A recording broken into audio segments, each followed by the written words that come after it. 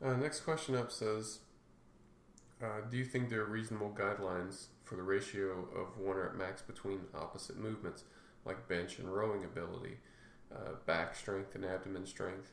Are there good ways to diagnose muscle imbalances which may cause problems for your big lifts? I would like to be proactive. For me, my front delts are visually much better developed than my rear delts. Lots of benching, not much rowing. I've recently had an issue with left delt pain while doing overhead press. I've never had issues before because my program was not very effective in making me stronger. I suspect that you may have dealt with this often from beginners who get strong fast. I don't have much, unfortunately, that I can tell you in terms of like a recommendation in terms of strength ratios. If you had asked me a while ago, I would have said that it's not that important at all. I wouldn't go that far any longer. I do think it is important to have some muscular balance. I'm not sold on the ratios idea though, at least not yet. So what I consider is that there are people at the top level, and even not at the top level of the sport, who basically just train competition lifts and derivatives. So they basically do no muscular balancing work, and they don't necessarily all have injuries or long-term issues or anything like that. That said, I do think that it predisposes you to a little bit bigger risk. I don't have any way of quantifying what that risk is. So, I mean, and really that's in a sense, that's where the GPP comes in.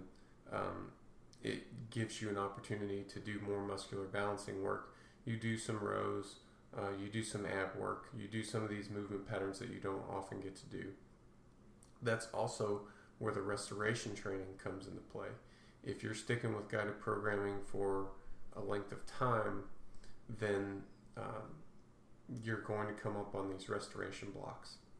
These restoration blocks are going to be, training blocks where you'll have things like rotational work. You'll have a greater emphasis on ab work, a much greater emphasis on rows and upper back work. Things like the competition lifts take a much smaller role in those restoration blocks. Part of that is with the intention of maintaining some muscular balance. I don't think it needs to be a 1-to-1 ratio. I mean, we are training for sport anyway, so I don't think it's got to be a 1-to-1 ratio or anything like that. But I do think it's helpful to maintain some balance.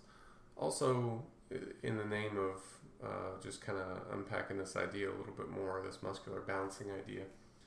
I mean, you're going to get some back work from doing deadlifts. You're going to get ab work from stabilizing the big lifts and stuff like that.